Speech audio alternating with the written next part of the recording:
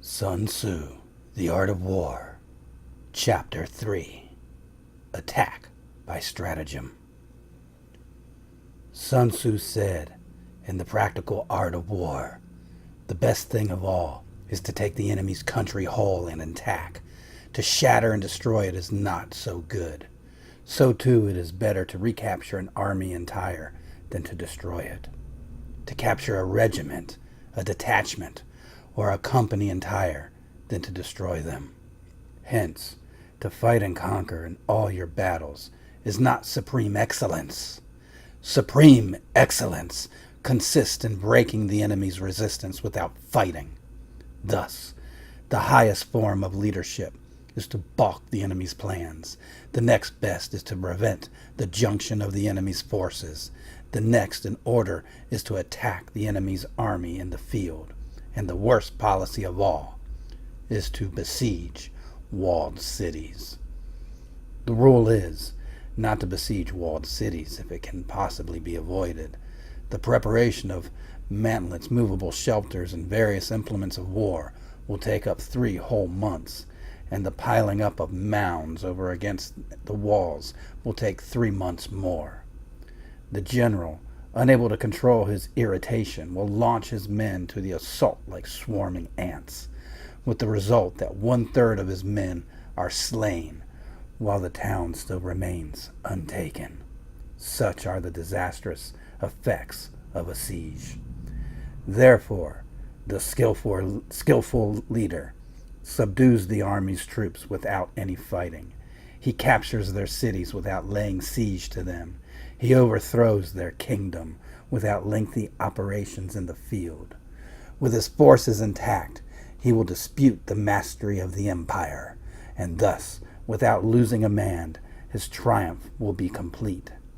This is the method of attacking by stratagem.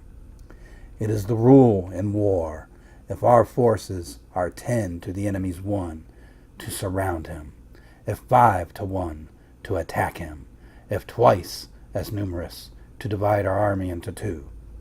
If equally matched, we can offer battle. If slightly inferior numbers, we can avoid the enemy. If quite unequal in every way, we can flee from him.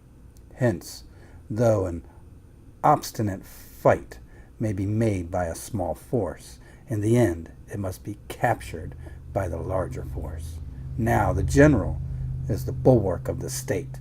If the bulwark is complete at all points, the state will be strong. If the bulwark is defective, the state will be weak. There are 3 ways in which a ruler can bring misfortune upon his army: by commanding the army to advance or to retreat, being ignorant of the fact that it cannot obey. This is called hobbling the army. By attempting to govern an army in the same way as he administers a kingdom, being ignorant of the conditions which obtain in an army. This causes restlessness in the soldiers' minds. By employing the officers of his army without discrimination, through ignorance of the military principle of adaptation to circumstances, this shakes the confidence of the soldiers. But when the army is restless and distrustful, trouble is sure to come from the other feudal princes. This is simply bringing anarchy into the army and flinging victory away. Thus, we may know that there are 5 essentials for victory. He will win who knows when to fight and when not to fight. He will win who knows how to handle both superior and inferior forces.